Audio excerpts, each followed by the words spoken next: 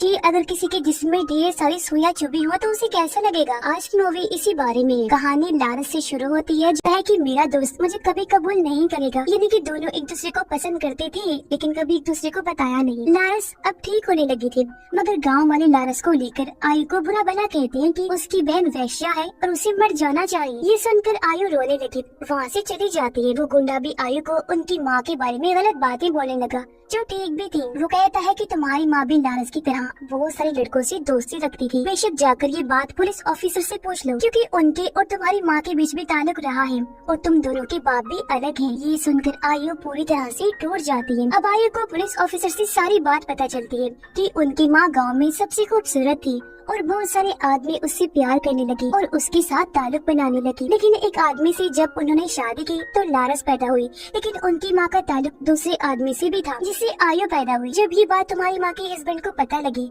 तो उसने तुम्हारी माँ को जान से मारने की कोशिश की, जिससे गाँव वालों ने गुस्से में आकर उस आदमी को ही मार दिया। तुम्हारी माँ बच तो गई पर एक जिंदा लाश की तरह थी। उसका जिस्म सड़ गया था जैसे कि लारस का सड़ रहा है। इनकी माँ ने भी सुसुक पहनी थी। शमन को उनकी सुसुक निकालने के लिए हायर किया गया था। वो सारी सुसुक निकाल नहीं पाई थी, इसलिए उन लोगों ने रिचुअल करके उसकी माँ को दफन कर दिया ताकि उसकी माँ की सुसुक का भूत कब्र में शांत रह सके। लारस का जिस्म फिर से सड़ने लगा था, इसलिए उसका दोस्त कहता है कि उन्हें लारस को जाने देना चाहिए क्योंकि हमने सब कुछ कर लिया और इस तरह लारस को तकलीफ भी सहनी पड़ रही है। अब पुलिस ऑफिसर आयु को बताता है कि जिस आदमी से आयु पैदा हुई थी वो मैं ही हूँ, यानी कि तुम मेरी बेटी हो, मैं तुम्हारा बाप हूँ। ये सुनकर आयु दुखी होकर वहाँ से चली जाती है। उधर लारस के अंदर के भूत को हम देखते हैं जहाँ लारस ठीक हो रही थी और वो अपने दोस्त के करीब आने की कोशिश करती है। तभी आयु आकर ये देख लेती है लेकिन लारस बेड पर उसी हालत में पड़ी थी। आयु को लगता है कि लारस का दोस्त लारस का फायदा उठा रहा था, इसीलिए वो उसे वहाँ से चले जाने को कहती है। रात में जब वो जा रहा था तो गुंडे के ग्रुप को लारस के घर जाते हुए देखता है और उन्हें रोकता है। इस वजह से इनके बीच लड़ाई हो जाती है। घर के अंदर आयु को छोटी लारस दिखाई देती है जो उसे उसकी माँ तक ले जाती है जो बहुत डरावनी दिखाई दे रही थी। तभी पीछे से वही भूत आयु पर हमला कर देता है।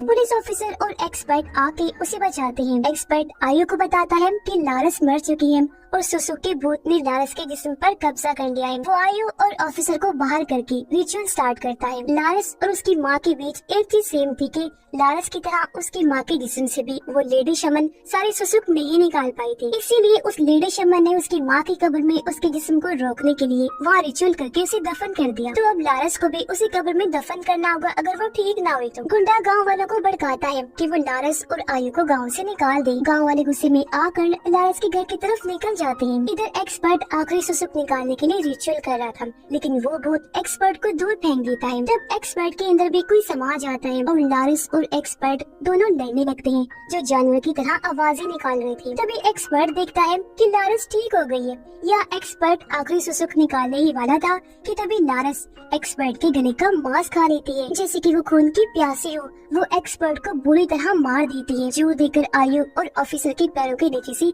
जमीन खिसक जाती है। अब लारस को पुलिस ऑफिसर एक कपड़े में बांधकर कहता है कि इसे इसकी माँ की कब्र में दफन करना होगा। तभी गाँव वाले यहाँ आ गए और वो पुलिस ऑफिसर को जान से मार डालते हैं। पीछे के रास्ते से आयु और लारस का दोस्त उसे लेकर कब्र तक जाते हैं जिनका पीछा गुंडा करता है लेकिन लारस का दोस्त उसे कार से मार देता है। अब ये लोग कब्रिस्तान पहुँचते हैं। आयु को एक पत्थर पर कपड़ा बंधा हुआ दिखाई देता है और आयु को ये एहसास होता है कि शायद यही वो चीज है जो उसकी माँ के अंदर के भूत को उस कब्र में रोके हुए है। अब ये लोग उसकी माँ की कब्र खोदते हैं जिसमें उनकी लाश बिल्कुल भी सड़ी हुई नहीं थी, वो एकदम पहले जैसी थी, फ्रेश थी। तब वो भूत फिर से खड़ा होता है और आयु पर हमला कर देता है। तब उसे लारस का दोस्त बचाता है लेकिन लारस उसे जान से मार देती है। अब लारस नॉर्मल होती है और आयु को गले लगाती है। तब आयु उससे माफी मांगती है। वो जानती थी कि ये उस भूत की चाल है, इसलिए वो लारस को कब्र में फेंक देती है और वो भूत चला जाता है, यानी कि वो शांत हो गया था। अब आयु कब्र को बंद कर देती है। वो लारस के दोस्त की टैक्सी में बैठकर वापस लौटती है और ऐसी नॉर्मल हो जाती है जैसे कुछ हुआ ही ना हो। वो दुखी थी क्योंकि उसने अपनी जिंदगी में उन सबको खो दिया जिनसे वो प्यार करती थी। असल में सुसुक जिसके भी जिस्म में होते हैं वो चैन से मर नहीं सकता जब तक सारे सुसुक उसकी बॉडी से निकल ना जाए। अब इन सुसुक को सिर्फ वही इंसान निकाल सकता है जिसने उन सुसुक को उस इंसान की बॉडी में डाला हो। तो ये मूवी हमें साफ बताती है कि खूबसूरती पाने के लिए लोग किस हद तक जा सकते हैं और हमें ऐसी सुसुक या किसी भी चीज से दूर रहना चाहिए क्योंकि सुसुक जैसी चीजें हमें कुछ देर के लिए तो खुशियाँ दे सकती हैं लेकिन ये हमारी पूरी जिंदगी बर्बाद कर सकती है। तो इसीलिए इंसान को अपनी खूबसूरती को लेकर इतना ब्यूटी कॉन्शियस नहीं होना चाहिए। और इसी मैसेज के साथ ये कहानी इधर ही खत्म हो